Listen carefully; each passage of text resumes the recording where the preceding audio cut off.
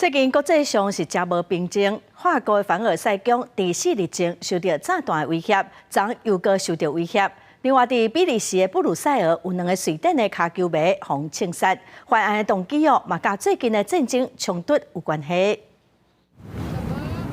法国巴黎凡尔赛宫再次受到炸弹的威胁，警方经过几多点钟的调查，才解除这场炸弹事件。凡尔赛宫也恢复开放。 这已经是凡尔赛宫4天内第2遍受到炸弹威胁。C'est une situation bien sûr inquiétante et tendue, mais on peut pas arrêter de vivre non plus. 在法国北部一间学校，13号一个车身的查甫人夜倒入去杀人。伊讲伊是 IS 伊斯兰国的战士，大声喊着“禁止地带”。这件事件造成1个人死亡，3个人受伤。隔2天，包括卢浮宫、凡尔赛宫。 巴黎里昂车站拢受到炸弹威胁，法国也立即提悬反恐警戒战绩。中东的以巴冲突继续升悬，法国国内反犹太主义的暴力行为也愈来愈多。目前已经有183个人被逮捕。法国总统马克龙在这伫阿尔巴尼亚访问时阵特别强调，欧洲又搁面临着伊斯兰恐怖主义的威胁。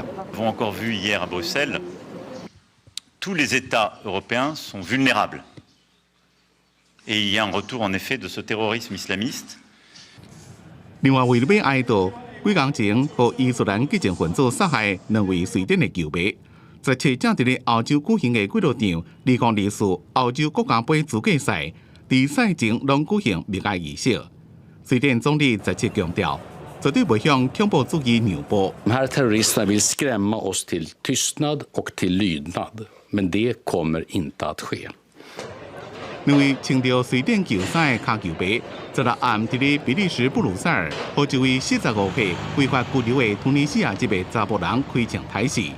伊杀人的时阵，讲家己是伊斯兰国的战士，要替穆斯林报仇，大声喊着“禁止地带”。要让这个查甫人在伫布鲁塞尔一间咖啡店，和警方开枪拍死。后面总部所在地布鲁塞尔反恐的战绩也自上悬的第4级降到第3级。 今年进前，伫瑞典有批准烧古兰经的活动，引起全球穆斯林的怒火。这边的以巴冲突也和瑞典的民众成为激进穆斯林攻击的目标。公司新闻金环庆编辑。